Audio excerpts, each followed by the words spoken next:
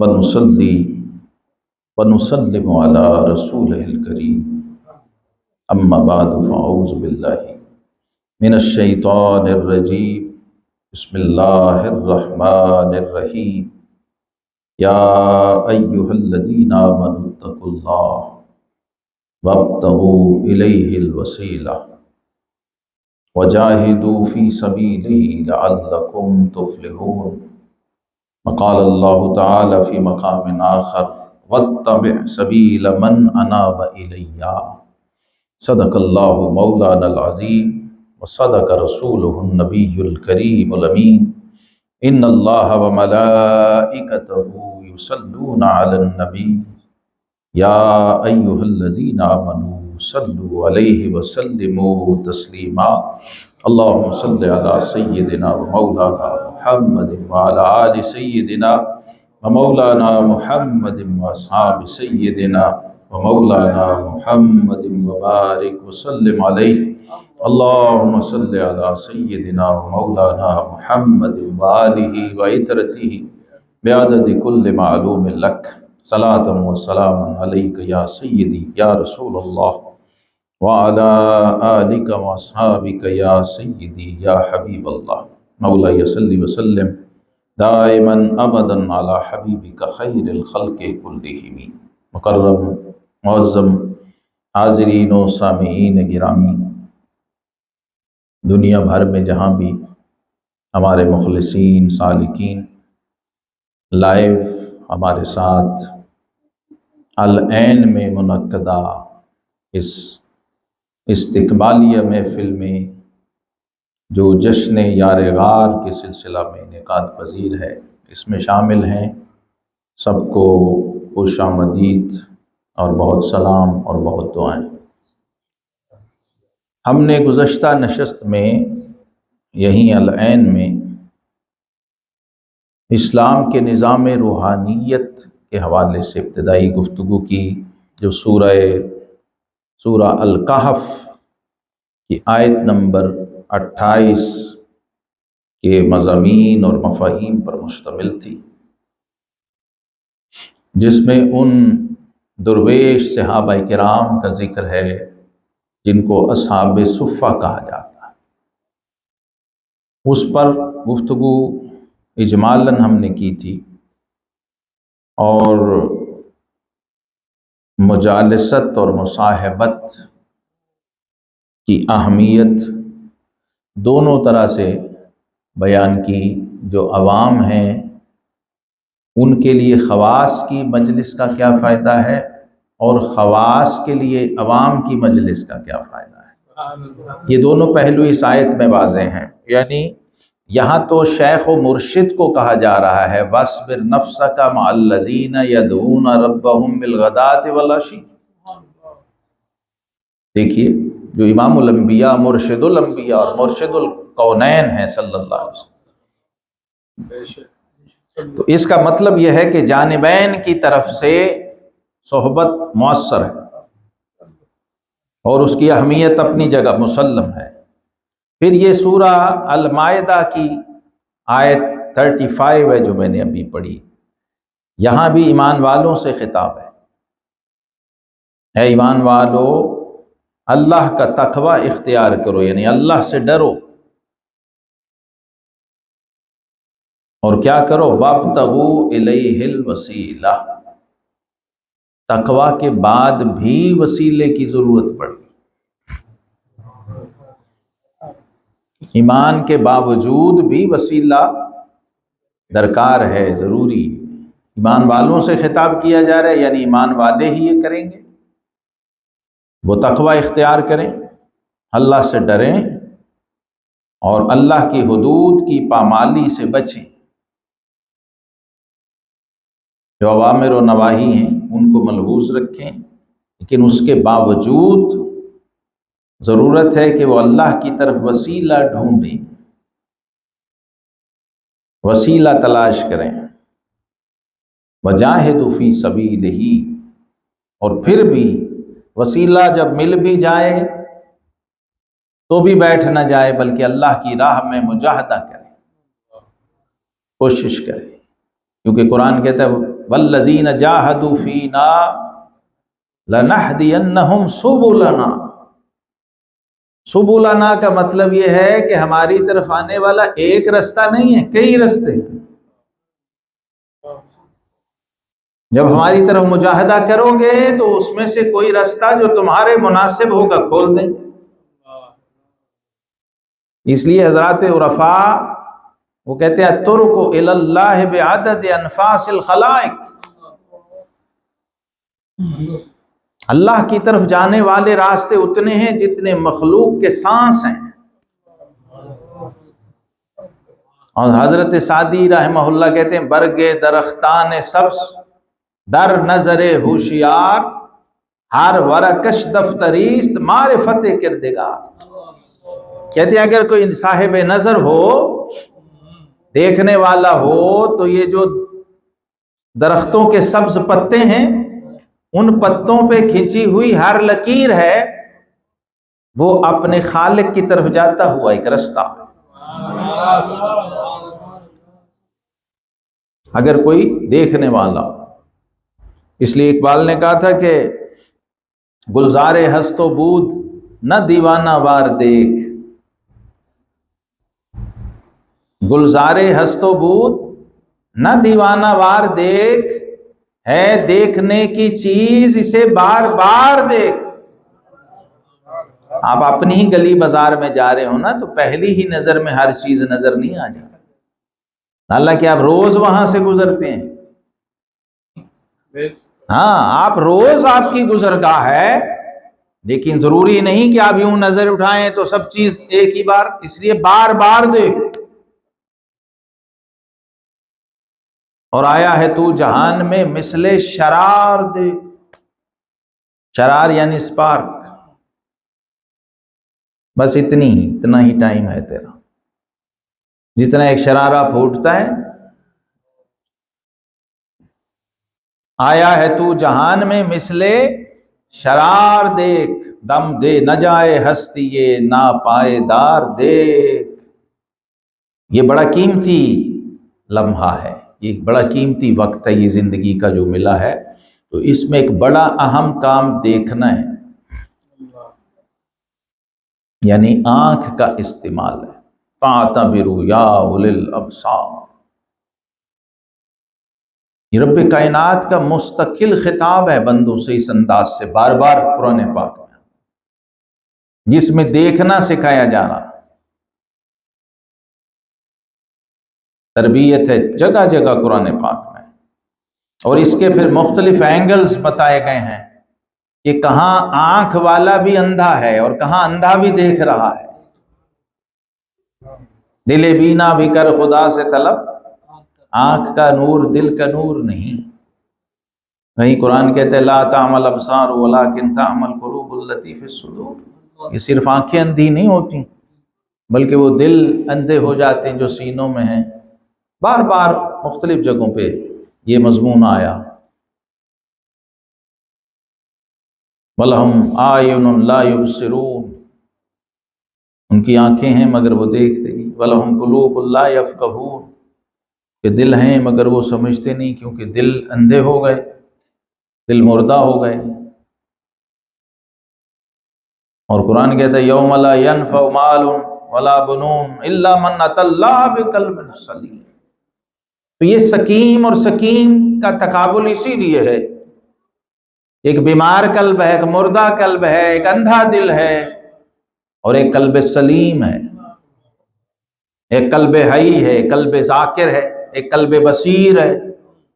تو دونوں هل يستوي الأعمى والبصیر، قرآن کہتا ہے هل يستوي الذين يعلمون والذين لا يعلمون، کیا جاننے والے اور نہ جاننے والے برابر ہیں؟ کیا دیکھنے والے اور نہ دیکھنے والے برابر ہیں؟ یہ قرآن کا اسلوب ہے، دستک دعوت۔ افمن شرح اللہ صدرہ للاسلام فہو علی نور من ربی، پھر شرح صدر کا ذکر بار بار ہے، الم نشرح لک صدر۔ اگر کوئی اس تھیوری کا پریکٹیکل نہیں جانتا تو وہ یہاں سے سرسری گزر جاتا ہے۔ اس لیے قرآن نے دعوت دی کہ باوجود ایمان و تقوی کے تمہیں ضرورت ہے اس کی طرف ایک وسیلے کی، یعنی اس سورس کی، وسیلہ مین سورس، ذریعہ، سبب۔ مثلا ایک بندہ کنویں پہ کھڑا ہے، کنواں پانی کا بھی بھرا ہوا ہے اور پیاس بھی اسے شدید لگی ہوئی ہے، لیکن اس کے پاس ڈول اور رسی نہیں ہے، تو بس یہ ڈول اور رسی یہ وسیلہ ہے،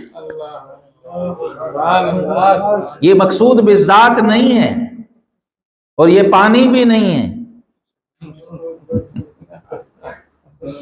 یہ ڈول اور رسی پانی نہیں ہے، یہ پانی تک پہنچنے کا ذریعہ اور وسیلہ، سورس ہے۔ اور اس کے تحت علماء نے لکھا کہ اللہ رب العالمین کے ساتھ واصل کر دینے والا ہر ذریعہ وہ یہاں مقصود ہے۔ کوئی نیک عمل اگر آپ کو رب سے جوڑ دے تو وہ بھی آپ کے لیے وسیلہ، استعینوا بالصبر والصلاۃ، وہ بھی وسیلہ ہے۔ ایک تعلق بنا دے آپ کے رب سے، نماز بنا دے، روزہ بنا دے، حج بنا دے، زکوٰۃ بنا دے، ذکر بنا دے، عمل بھی وسیلہ ہے۔ تو پھر علماء نے لکھا کہ بھائی اگر عمل صالح وسیلہ ہو سکتا ہے تو خود صالح وسیلہ کیوں نہیں؟ تو وہ صحیح مسلم میں سیدنا فاروق اعظم عمر بن خطاب رضی اللہ تعالی عنہ، انہوں نے عملاً اس کا ثبوت پیش کیا۔ سیدنا عبداللہ عباس بن عبد المطلب رضی اللہ عنہ، حضور علیہ السلام کے چچا جان جو ہیں، ان کو وسیلہ بنایا بارگاہ الہی استسقاء کے لیے۔ جب دعائیں مانگ رہے تھے تو ان کا بازو پکڑا، ہاتھ پکڑا اور کہا کہ نحن نتوسل بعم نبیک، یا رب، اے اللہ، ہم تیری بارگاہ میں تیرے نبی کے چچا سے توسل کرتے ہیں، وسیلہ بناتے ہیں ان کو کہ ہمیں بارش عطا فرما۔ ایسے ہی بے شمار اس کی مثالیں ہیں کہ عمل صالح بھی وسیلہ ہے اور صالحین بھی وسیلہ ہیں۔ اللہ کے جو مقبول بندے ہیں وہ بھی وسیلہ ہیں۔ یہ جو قرآن پاک میں فرمایا وَلَوْ أَنَّهُمْ إِذ ظَّلَمُوا أَنفُسَهُمْ جَاءُوكَ، یہ وہ وسیلہ ہے جس کی طرف رب کائنات خود لے کے جا رہے ہیں بندے کو، کہ محبوب یہ تیری بارگاہ میں آ جائیں، اگر اپنی جانوں پہ ظلم کر بیٹھیں اور پھر استغفار کریں، فَاسْتَغْفَرَ لَهُمُ الرَّسُولُ لَوَجَدُوا اللَّهَ تَوَّابًا رَحِيمًا، اور پھر آپ بھی ان کی سفارش فرما دیں اور ان کے لیے استغفار فرما دیں تو یہ اللہ کو تواب و رحیم پائیں گے۔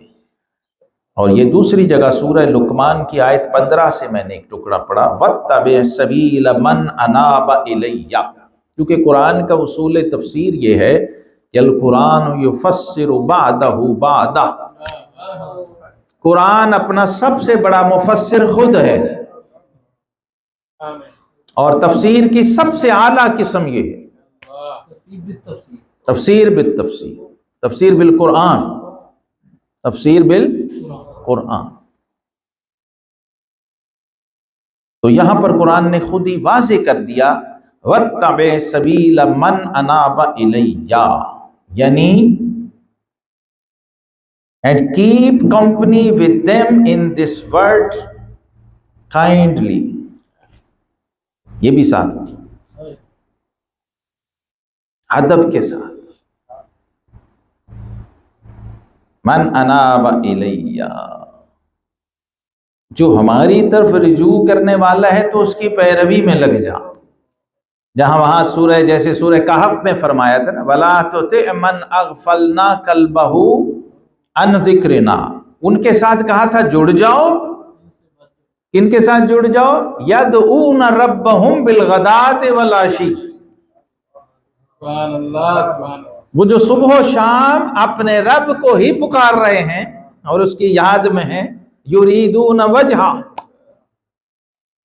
اور پھر اس کی رضا کے طالب ہیں، ان کی مجلس میں بیٹھ جاؤ، ان کے ساتھ جڑ جاؤ، اور جن کا دل ہم نے اپنے ذکر سے غافل کر دیا ان کی پیروی مت کرو۔ واتبع ہواہ وکان امرہ فرطا، کیونکہ جب قلب غافل ہے، ذاکر نہیں ہے، ذکر الہی اور یاد الہی میں نہیں، یعنی کنیکٹڈ نہیں ہے بارگاہ الہی سے، تو اب اس کا الٹیمیٹ نتیجہ یہ ہے کہ وہ واتبع ہواہ، اب وہ اپنی ہوا کے تابع ہے، حرص کے تابع، یعنی خواہش نفسانی کا بندہ ہے، نفس کا بندہ، مکان امرہ فرطا، اور اس کا معاملہ حد سے بڑا ہوا ہے۔ ایسے یہاں کا واتبع سبیل من اناب الیہ، یہ بھی دو ٹوک واضح ہے قرآن پاک میں کہ جو ہماری طرف رجوع لایا تم اس کے رستے پہ چلو، اس کے نقش قدم کی پیروی کرو۔ یہ بھی بار بار ہے قرآن پاک میں، اور صحیح بخاری میں نبی رحمت امام الانبیاء والمرسلین صلی اللہ تعالی علیہ وسلم کا ارشاد گرامی ہے کہ جو صالحین کی صحبت ہے، فرمائے اس کی مثال عطار کی دکان کی طرح ہے، خوشبو فروش کی دکان۔ وہاں سے اگر آپ کچھ بھی نہ خریدیں تو آپ کو خوشبو مفت میں آئے گی، اور جو اہل شر کی صحبت ہے، جو غافلوں کی صحبت ہے، جو اہل معصیت کی مجلس ہے، اس کی مثال لوہار کی بھٹی کی دی ہے۔ لوہار کی بھٹی پہ جا کے بیٹھ جائیں تو فرمایا آپ کچھ بھی نہ کریں تو کوئی نہ کوئی چنگاڑا اڑ کے، چنگاری اڑے گی اور آپ کے دامن کو جلا دے گی، داغدار کر دے گی۔ تو صحبت صالحین کا کم از کم فائدہ یہ ہے کہ کچھ بھی نہیں کہ آپ نے خرچ کیا، لیکن آپ کو کچھ نہ کچھ مل گیا۔ اور صحبت بد کا نقصان یہ ہے کہ کوئی ڈیلنگ نہیں کی لیکن نقصان ہو گیا، دامن میں سوراخ ہو گیا، کوئی نہ کوئی چنگاری اڑی اور آپ کے دامن کو جلا گئی، نقصان ہو گیا۔ اسی طرح فرمایا المرء علی دین خلیلہ، بندہ اپنے دوست کے دین پر ہوتا ہے۔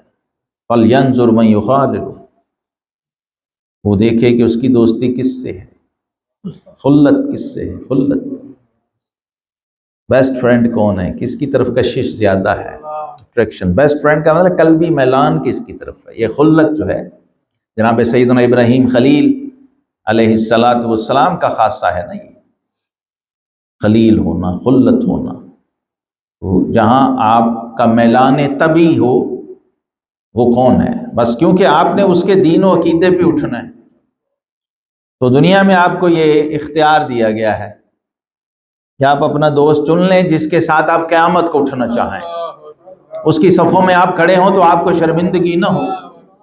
کیا یہ اس قابل ہے کہ میں اس کے ساتھ کھڑا ہو جاؤں اور میں بچ جاؤں اور نجات پا جاؤں؟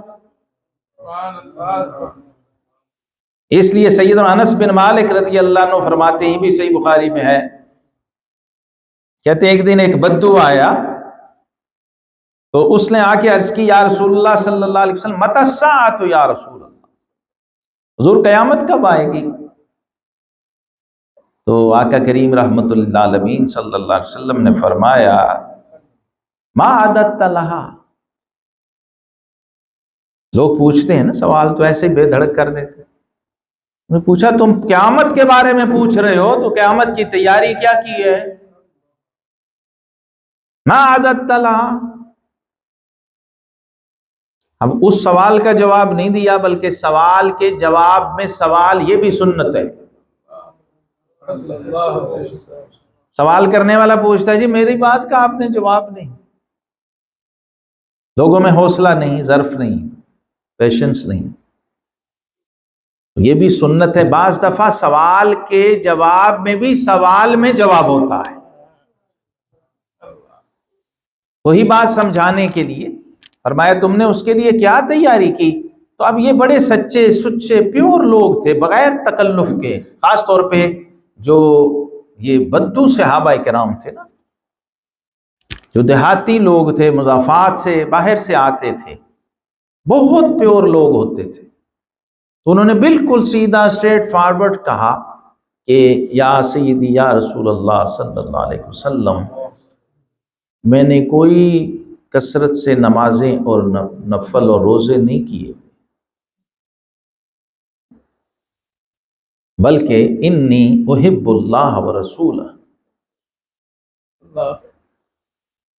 ہاں میں اللہ اور اس کے رسول صلی اللہ علیہ وسلم سے محبت کرتا ہوں۔ تو آقا کریم علیہ السلام نے فرمایا انت مع من احببت، فرمایا تو اسی کے ساتھ ہے جس سے محبت رکھتا ہوں۔ اب یہ مکالمہ صحابہ سن رہے تھے اور اس میں خود کو تلاش کر رہے تھے کہ ہم کہاں ہیں، کیونکہ صحابہ کرام علیہم رضوان کہتے ہیں ہم انتظار کیا کرتے تھے، ادب کی وجہ سے خود تو بات کر نہیں سکتے تھے، لیکن یہ انتظار کرتے کہ کاش باہر سے کوئی بددو آئے اور آقا کریم علیہ السلام سے کچھ پوچھے اور اس کی برکت سے ہمیں بھی لنگر فیضان نبوت نصیب ہو جائے، کیونکہ وہ ایسی ایسی باتیں پوچھے گا جو ہم سوچ بھی نہیں سکتے اور اس کو ایسے جواب ملیں گے۔ تو سیدنا انس بن مالک رضی اللہ عنہ جو راوی حدیث بھی ہیں، ان کا حاصل یہ ہے اس حدیث کا، وہ فرماتے ہیں حضرت انس بن مالک رضی اللہ عنہ کہتے ہیں الحمدللہ، کہتے ہیں کہ میں نے اس دن سے زیادہ صحابہ کرام کو کبھی خوش نہیں دیکھا۔ جب سنا نا فرمایا انت ما من احببت، تو وہ فرماتے ہیں الحمدللہ انی احب اللہ ورسولہ وابا بکر وعمر بن الخطاب رضی اللہ۔ یہ صحابہ کرام کا طریق ہے اپنا عقیدہ بتانے کا، اپنے ایمان و محبت کو ریکارڈ کروانے کا۔ ان کا الحمدللہ کہ ہم خوش اس لیے تھے کہ ہر صحابی کے یہی جذبات تھے کہ حضور صوم و صلات کا تو ذخیرہ اتنا نہیں، لیکن اللہ، اس کے حبیب کریم علیہ السلام کی محبت، اور سیدنا ابو بکر صدیق اور عمر فاروق رضی اللہ تعالیٰ سے ہم محبت رکھتے ہیں، ان کی محبت ہمارے سے یہاں شامل کیا ہے صحابہ نے اس محبت کو۔ اور یہ بھی میں چونکہ جشن یار غار کے ٹائٹل سے ہم حاضر ہیں، تو صحیح بخاری کی یہ حدیث بھی سیدنا عمر بن عاص رضی اللہ تعالیٰ عنہ کہتے ہیں کہ میں نے بارگاہ رسالت میں آپ صلی اللہ علیہ وسلم نے عرض کیا ای الناس احب الیک یا رسول اللہ۔ اب یہ محبت یہاں لازم و ملزوم ہو جاتی ہے، یعنی صدیق اکبر رضی اللہ عنہ کی محبت سنت خدا بھی ہے، سنت مصطفیٰ بھی ہے اور سنت صحابہ بھی ہے۔ ان کا ای الناس احب الیک یا رسول اللہ، تو آقا کریم علیہ السلام نے فرمایا عائشہ ام المومنین سیدہ عائشہ صدیقہ رضی اللہ عنہ، کہیے رضی اللہ تعالی وسلام اللہ تعالی علیہ، صدیقہ بنت صدیق۔ لوگوں میں، انسانوں میں ای الناس احب الیک، تمام لوگوں میں، تمام انسانوں میں وہ سب سے بڑھ کے محبوب کون ہے؟ اور صحیح بخاری ہے، فرمایا عائشہ رضی اللہ تعالی عنہ۔ اب وہ صحابی بھی بڑے زیرک اور دانا آدمی ہیں، اب وہ چونکہ یہ پوچھ ہی نہیں رہے تھے، ان کی مراد کچھ اور بات تھی پوچھنا، تو ان کا وَمِنَ الرِّجَالِ، وہ چونکہ خواتین میں سے ہیں نا، ام المومنین ہیں، تو ان کا حضور میں تو مردوں میں سے پوچھ رہا ہوں۔ سبحان اللہ، یہ بھی انداز ہے پوچھنے کا۔ تو آقا کریم علیہ السلام کے جواب پہ بھی قربان جائیں، اس جواب کو بھی ذرا سا بھی ڈائیورٹ نہیں کیا، اسی سے جوڑے رکھا۔ یہ بھی محبت کی انتہا ہے۔ نام نہیں لیا یہاں، نام بھی لے سکتے تھے، لیکن وہ جو نقطہ ارتکاز محبت تھا اس کو بدلنے نہیں دیا، فرمایا ابوہا، بات وہی کی وہی ہے جو پہلے کہا تھا۔ اگر عورتوں میں کہو تو عائشہ، اور اگر مردوں میں کہو تو اس کا باپ ابو بکر صدیق۔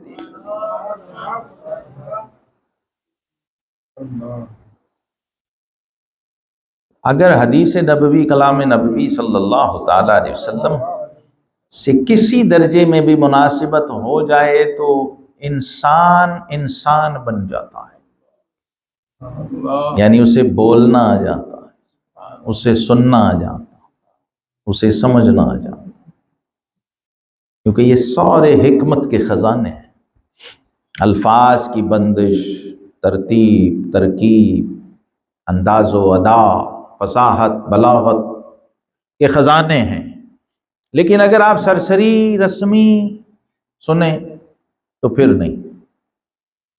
سخن افشانیاں حرفوں کے موتی رولنا سیکھا، سخن افشانیاں حرفوں کے موتی رولنا سیکھا، تیری مدحت کے صدقے اجمیوں نے بولنا سیکھا۔ تو یہاں پر یہ بات بڑی واضح فرما دی گئی ہے قرآن عظیم الشان میں، اور بھی بہت مقامات ہیں، لیکن میں یہ چاہ رہا تھا یہ پچھلی ہماری گفتگو جو ہے اس کا کچھ حصہ مکمل ہو جائے کہ اسلام کے نظام روحانیت میں اس چیز کا بڑا دخل ہے کہ آپ کس کی مجلس میں بیٹھے ہوئے ہیں اور کس کے ساتھ وابستہ ہیں، شعوری طور پر، باطنی طور پر، روحانی طور پر، فکری طور پر، کیونکہ اس کے اثرات آپ پر ہوں گے۔ اہل ذکر کے ساتھ بیٹھے ہیں تو اس کی کم از کم برکت، حدیث قدسی میں میں نے عرض کی تھی کہ ہم القوم لا یشقی جلیسہم، وہ جو اہل ذکر ہیں ان کو تو برکت مل ہی رہی ہے، وہ جو نہیں ہے اہل ذکر میں سے اور ایسے ہی ان کے پاس بیٹھا ہے وہ بھی محروم نہیں، اس کو بھی برکت ملے گی، کچھ نہ کچھ حصہ اس کو بھی ملے گا۔ پھر بس آخر میں ایک اور حدیث اشارتاً عرض کر دیتا ہوں، پھر اس پر اقوال ہیں ائمہ کے، صوفیاء کے، صحابہ کے، عرفاء کے، جو کہتے ہیں مولوی ہرگز نشد مولائے روم تا غلام شمس تبریزی نشد، لاجیکلی بھی بتا رہے ہیں، ہیچ چیزیں خود بخود چیزیں نشد، ہیچ آہن خنجرے تیزی نشد، کوئی چیز ایسی نہیں جو خود ہی گھڑ کے بن گئی ہو، کسی کاریگر نے اس کو تراشا نہ ہو اور وہ خود ہی بن گئی ہو، یہ کپڑا خود ہی سل کے سوٹ بن گیا ہو، ایسا نہیں ہو، کوئی لوہا خود ہی خنجر اور چاقو بن گیا ہو، کوئی سونا خود ہی زیور بن گیا ہو، ایسا نہیں۔ حتیٰ کہ یہ جو ٹشو پیپر ہے یہ بھی خود نہیں بنتا، یعنی دنیا میں یہ اصول ہے کہ جس چیز کی کوئی قیمت ہے بازار میں اس کو کسی کاریگر نے بڑی محنت سے تراشا ہوا ہے، تب وہ ویلیویبل ہے۔ یہی کائناتی یونیورسل ٹروتھ اور اصول ہے کہ اگر آپ نے ایک ایسا انسان تیار کرنا ہے جو انسانوں کے خالق کی بارگاہ میں پیش کرنے کے قابل ہو جائے تو اس کے لیے بھی کوئی شمس تبریز چاہیے۔ اس کو اقبال نے کہا نا، اگر کوئی شعیب آئے میسر شبانی سے کلیمی 2 قدم ہے۔ تو صحیح بخاری شریف میں یہ بھی حدیث جبریل کے نام سے، بخاری مسلم متفق علیہ روایات میں ہے یہ حدیث، جس کو کہ ائمہ محدثین نے ام السنہ کہا ہے، ام الاحادیث کہا ہے، تمام حدیثوں کی ماں۔ یہ ایک حدیث اگر کوئی سمجھ لے، اور عام طور پہ اس کو کہتے ہیں حدیث جبریل یا حدیث احسان، اور راوی بھی سیدنا عمر بن خطاب فاروق اعظم رضی اللہ عنہ۔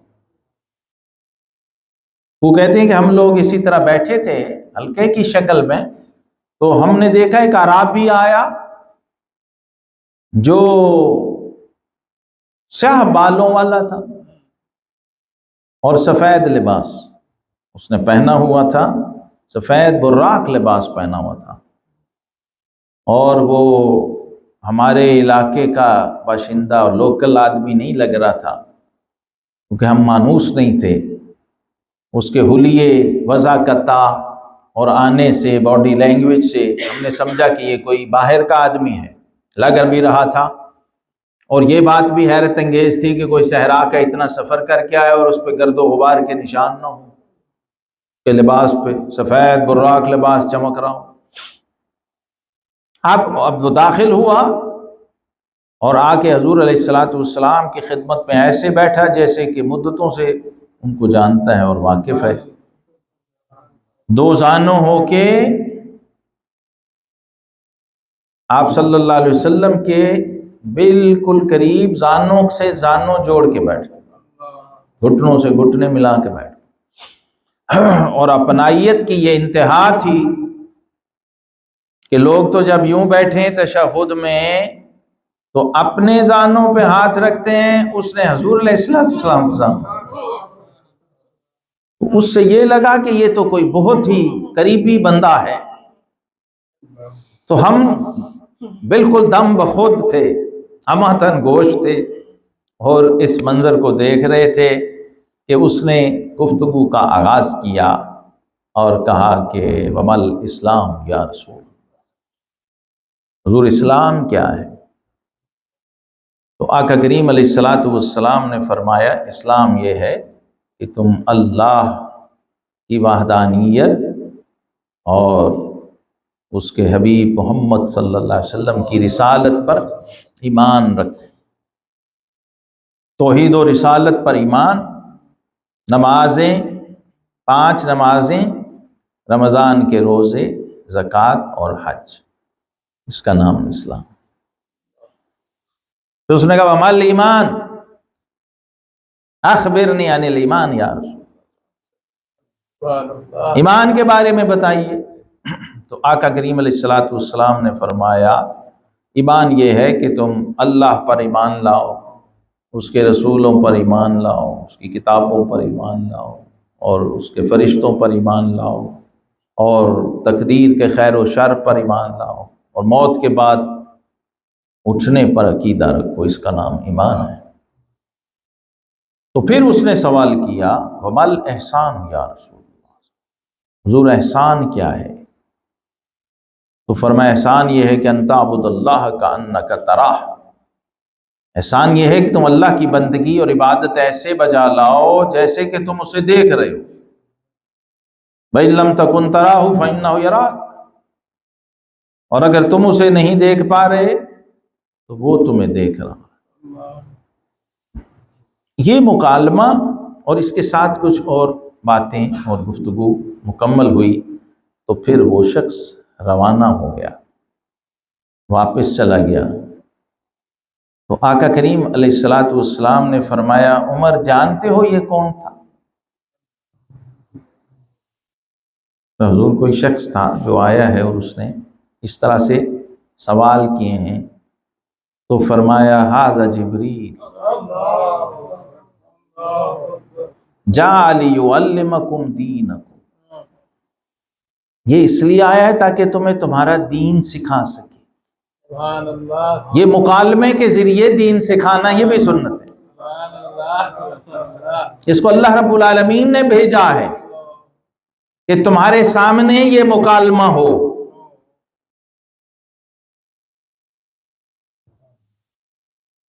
اور تمہیں پتہ چل جائے، تو اس پوری حدیث کو دین فرمایا، گویا سارے دین کا خلاصہ اس ایک حدیث میں موجود ہے، اجمال کے ساتھ موجود ہے۔ اللہ کی بندگی ایسے کرنا جیسے تم اسے دیکھ رہے ہو، اور دوسری صورت کہ وہ تمہیں دیکھ رہا۔ یہ کیفیت اور یہ حال جو ہے میسر آ جانا، اسی کا نام، اسی احسان کا، جو احسان پوچھا پہلے اسلام، تو اس پر صوفیہ محدثین سب نے یہ، حتیٰ کہ علامہ ابن تیمیہ نے بھی یہ لکھا ہے کتاب الایمان میں کہ جو شخص ابھی اسلام تک پہنچے وہ مسلم، جو ایمان تک پہنچے وہ مومن، اور جو احسان کے درجے پر فائز ہو جائے وہ محسن۔ اور قرآن کہتا ہے ومن اسلم وجہہ للہ فہو محسن.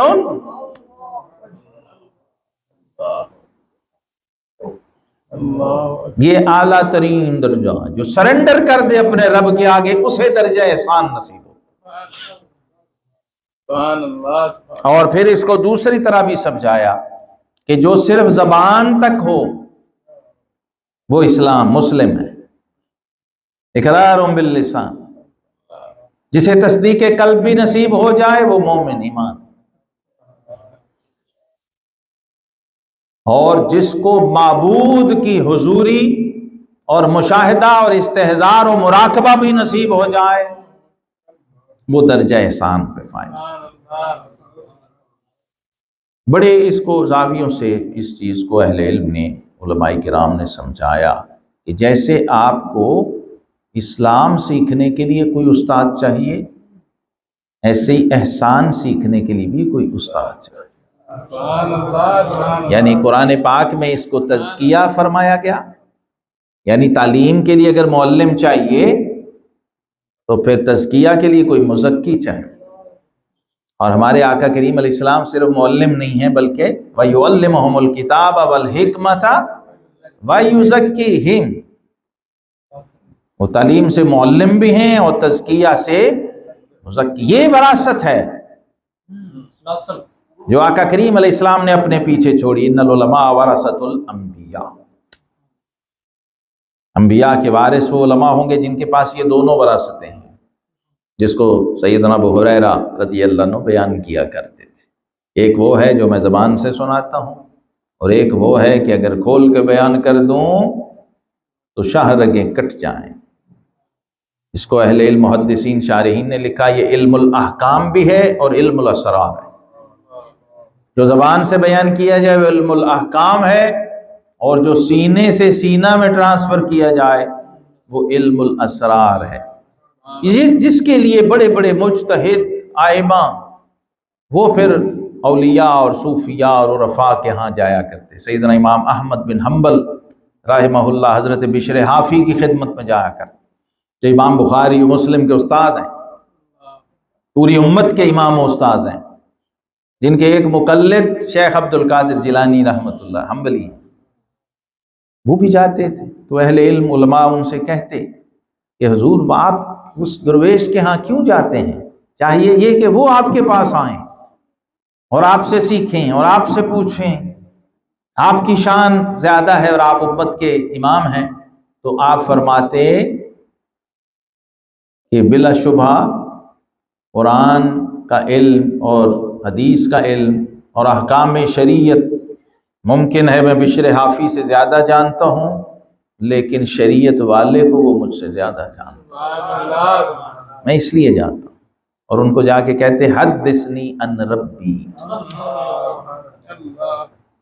ان کی خدمت میں جب جاتے تو ان سے کہتے حدثنی ان ربی، حضور کوئی میرے رب کی بات سنا ہے.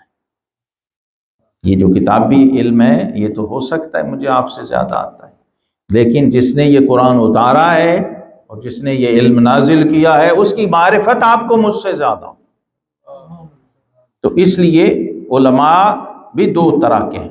ایک ہیں عالم بے احکام اللہ،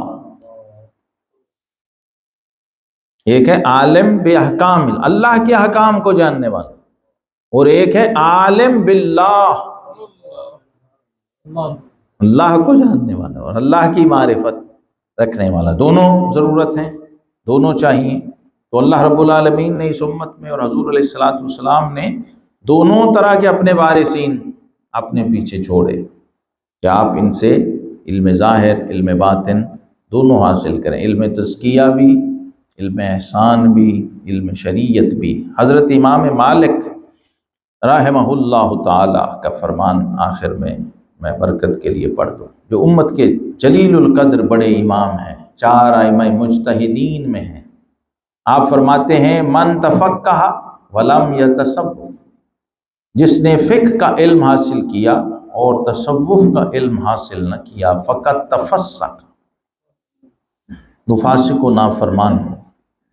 ومن تصوف ولم یتفقہ، جس نے تصوف طریقت روحانیت کو حاصل کیا لیکن علم احکام شریعت کو نہ پڑھا، فقط تزندقہ، تو وہ زندیق ہو گیا۔ ومن جمع بینہما فقد تحقق، جس نے ان دونوں کو جمع کر لیا اس نے حق کو پا لیا، وہ محقق ہو گیا۔ یہی مقصود شریعت ہے کہ پورے کمال و اتمام کے ساتھ اپنے رب کی بندگی کا مرتبہ اور درجہ حاصل کیا جائے۔ یہی مقصد تخلیق انسانی ہے، اور اس کا منبع اس امت میں حضرت امیر المومنین خلیفۃ الرسول بلا فصل امام الصحابہ رئیس الصدیقین افضل الخلق بعد الرسل سیدنا صدیق اکبر رضی اللہ تعالی عنہ کی ذات گرامی ہے۔ یہ قرآن میں ایک ٹکڑا ہے، وَكُونُوا رَبَّانِيِّينَ۔ حضرت شیخ ابو العباس ابن عطا رحمہ اللہ سے کسی نے پوچھا کہ یہ کونوا ربانیین کا کیا مطلب ہے؟ تو آپ نے فرمایا اللہ فرما رہے سارے ابو بکر صدیق جیسے بن جاؤ، سیدھی دو ٹوک بات۔ اب آگے آپ تفصیلات میں جائیں تو آپ کو نظر آئے گی اس کی ساری تفسیر کہ ربانی ہونا کیا ہوتا ہے اور اس کے مظاہر کیا ہوتے ہیں۔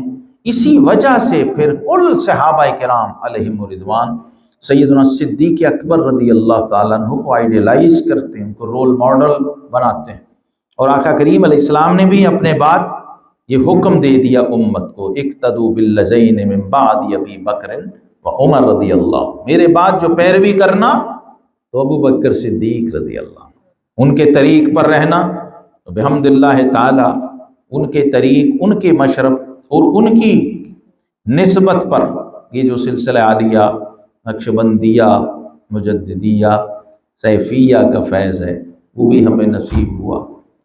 اس امت میں ہونے کا اعزاز تو ہے ہی، لیکن وہ جو روحانی فیض غار ثور کی خلوت میں انہیں عطا ہوا وہ مشائخ نقشبندیہ کے حصے میں آیا ہے، جو لا تحزن ان اللہ معنا کا فیض ہے، جو بہت ہی خاص ہے، بہت ہی متخصص جو حصہ ان کو ملا، جس پر سیدنا فاروق اعظم رضی اللہ عنہ جیسی ہستی جن کو نبوت کے سٹیٹس کی بشارت دی گئی، لو کان بعدی نبی لکان عمر بن الخطاب، وہ کہتے ہیں اگر صدیق اکبر 3 نہیں مجھے 1 رات دے دیں غار والی اور میرا کل نامہ اعمال اور ساری نیکیاں لے لے تو میں سمجھوں گا میں فائدے میں رہا۔ یہ اس درجے کی ہستی ہیں، اس لیے سیدنا صدیق اکبر رضی اللہ تعالی عنہ صوفیاء اور عرفاء کا بھی آئیڈیل اور مرکزی نقطہ ہیں اس امت میں۔ حضرت سیدنا شیخ علی حجویری رحمہ اللہ داتا گنج بخش کشف المحجوب میں لکھتے ہیں کہ ان الصفا صفت الصدیق، ان الصفا صفت الصدیق ان کنت صوفیا بالتحقیق، اگر تو کامل و مکمل صوفی بننا چاہتا ہے تو پھر صدیق اکبر کے صدق و صفا والے راستے پہ گامزن ہو، کیونکہ وہ کل صحابہ نے ان کو اپنا امام، اپنا مرشد اور اپنا راہبر مانا۔ رب کائنات ہمیں اپنی بندگی کا ذوق اور للہیت کا فیض نصیب فرمائے۔ وآخر دعوانا الحمدللہ۔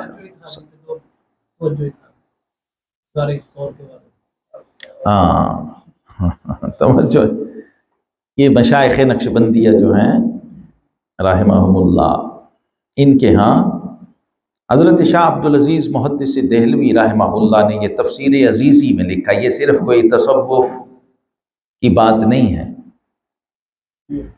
ہاں تفسیر عزیزی جو بر صغیر، پاک و ہند اور اس کے علاوہ بھی ادھر عرب دنیا میں بھی جو محدثین کا فیض گیا حضرت شاہ ولی اللہ محدث دہلوی رحمہ اللہ کے ذریعے بر صغیر پاک و ہند میں، وہ بھی اس سے جڑا ہوا ہے۔ تو آپ نے لکھا کہ یہ غار ثور میں جو معاملہ پیش آیا اسی کے تحت آپ نے لکھا ہے کہ صوفیہ کرام یعنی خاص طور پہ مشائخ نقشبندیہ، ان کے ہاں یہ جو غار ثور میں کیفیت پیش آئی اور وہاں قرآن پاک کی آیت میں یہ الفاظ آئے لا تحزن ان اللہ معنا، یہ معنا یعنی معیت سے ہے، ساتھ. تو صوفیہ کی ایک اصطلاح بھی ہے معیت، ان اللہ معنا، اللہ ہمارے ساتھ ہے. اور صحیح بخاری میں آقا کریم علیہ السلام کا فرمان عظیم الشان ہے، ما ظنک باثنین اللہ ثالثہما. یہاں اسی آیت کے تحت آقا کریم علیہ السلام نے سیدنا صدیق اکبر سے فرمایا کہ اے ابو بکر، تیرا ان دو کے بارے میں کیا خیال ہے جن کا تیسرا اللہ ہو؟ یعنی معیت کی یہ انتہا و معراج اور کلائمیکس ہے. اس سے آگے کی کوئی معیت بشری مادی دنیا میں ممکن نہیں تھی. انتہا ہو گئی ہے معیت کے آخری درجے کی. تو اس کو فرماتے ہیں کہ مشائخ نقشبندیہ میں جو توجہ کی 4 قسمیں ہیں معیت کی، یعنی 4 قسمیں ہیں، فیض و برکات کے ٹرانسفر کے جو سورسز ہیں، اس میں اعلیٰ ترین درجہ اس توجہ اتحادی کا ہے جو غار ثور میں سینہ مصطفیٰ صلی اللہ علیہ وسلم سے سینہ صدیق اکبر میں منتقل ہوا. اور یہ اس کی انتہا یہ تھی، نمونہ یہ تھا عملی، کہ جب غار ثور سے باہر نکلے تو ظاہری صورت و حیت بھی ایسی ہو چکی تھی کہ اہل مدینہ شناخت نہ کر سکے اور پہچان نہ سکے کہ ان میں حبیب کون ہیں اور صدیق کون ہیں. جس کو جناب امیر خسرو نے کہا کہ من تو شدم تو من شدی، من تن شدم تو جان شدی، تا کس نہ گوید بعد ازیں من دیگرم تو دیگر. اس کو صوفیہ فنا کا مقام کہتے ہیں، فنا فی الشیخ اور فنا فی الرسول، یعنی مقام فنا فی الرسول کے بانی صدیق اکبر رضی اللہ. پھر قیامت تک جس کو یہ مقام ملے گا ان کے فیض اور وسیلے سے ملے گا. یہاں یعنی اس کی ڈسکوری ہو رہی تھی، اس مائیت کی بھی اور فنائیت کی بھی. تو اس کے بغیر اب وہ بھی ممکن نہیں ہے. رب کریم غار ثور کے انوار و تجلیات سے بھی ہمیں فیض یاب فرمائے. وآخر دعوانا الحمدللہ صلی اللہ تعالی سیدنا